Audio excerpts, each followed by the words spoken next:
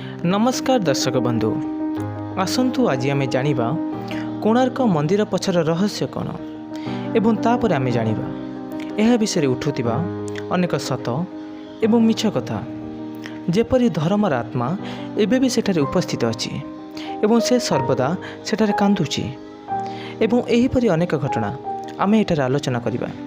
तो चलतु आरंभ करिबा कोणार्क मंदिर पछर रहस्य। तो आपण मन में प्रश्न उठुथिबो एही मंदिर नाम कोणार्क किपरि रहिला। तो एही मंदिरटी गढ़ी उठिथिला प्राचीन नदी और बंगोपसागर संगम स्थल रे। से जुगरे यह एक पोताश्रयी बंदर थिला। यार नाम थिला कोणगर। कोणगर नाम अनुसार मंदिरर नाम कोणार्क होइते बोली अनुमान करा जाए। कोणार्क शब्द को विश्लेषण कले जना जाए जे यह संस्कृत शब्द कोण और अर्कर संयोग तैयारी होइछि। कोणर माने हेला गोटिए पाख अथवा दुईटी दिग बा रेखार मिलन और अर्कर अर्थ है सूर्य। यही मंदिरटी सूर्यदेवों निर्मित होइतिबारु जागार नाम तदनुसार कोणार्क होइछि बोली मत पोषण करा जाए।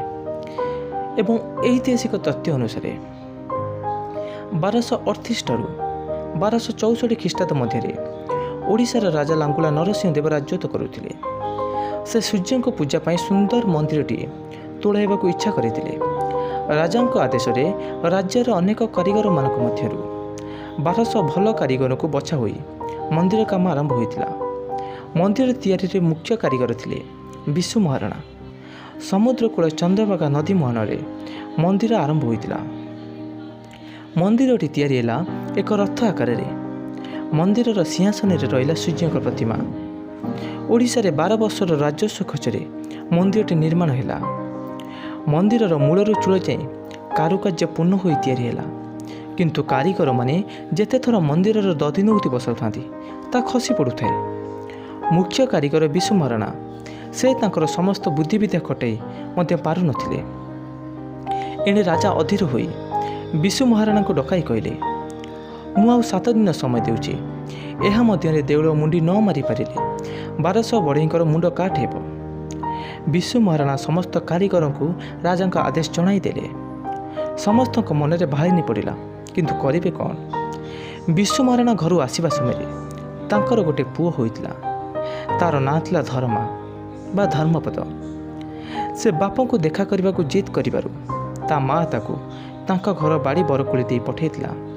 धर्मा खोजी खोजी आसी मंदिर पाखरे पहुँचला। 12 वर्ष बीती जाइतिला विशु महाराणा तांको पुओ को देखिबार।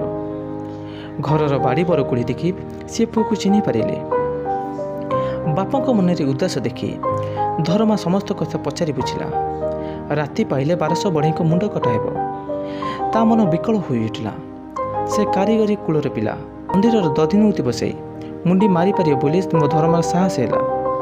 से बापा ठारू अनुमति नहीं मंदिर चूल को उठिला और राताराति मापचुप कर दधिनौती बसईदेला।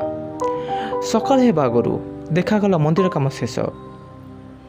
यह देखि समस्ते खुशी हो गले, किंतु 1200 बढ़ई भाविले जहाँ 1200 बढ़ई करें ता जड़े 12 वर्षर पिला करिछि। जदि राजा यह जानिले निश्चय समधिकर मुंड काट हेब। समस्त बढ़ई एकथा विशु महाराणा को कहले। यह शुणी धर्म भाविला जन्म हेले मृत्यु निश्चित, तेणु निजर जीवन अपेक्षा 1200 बढ़ई जीवन मूल्यवान। तेणु से बापा को बुझे मंदिरर चूलू जाई समुद्र को डेई पड़ा। एवं पौराणिक तथ्य अनुसार श्रीकृष्ण पुत्र सांबक द्वारा यह निर्मित होइते बोली जनश्रुति रही। पिता अभिशापर कुष्ठ रोगाक्रांत होई सांब एठाक आसी 12 वर्ष काल कठोर तपस्या करते। तपस्या संतुष्ट होई सूर्य देवता तांको एही रोगरू मुक्त कर तांको सम्मानार्थे से एही विस्मयकर मंदिर निर्माण करथिले। एवं एठारे अनेक चित्ताकर्षक रहस्य अछि, जेपरि चुंबक और भासमान मूर्ति। स्थानीय लोके और पथ प्रदर्शक मानक कहवा अनुसार कोणार्क मंदिरर प्रति 2टी पत्थर भितर गोटाए लेखाएं लुहा प्लेट दि जाइतिला, जहाँ आज देखा मिले। देउल को लुहा बीम दे मजबूत करा जाइतिला।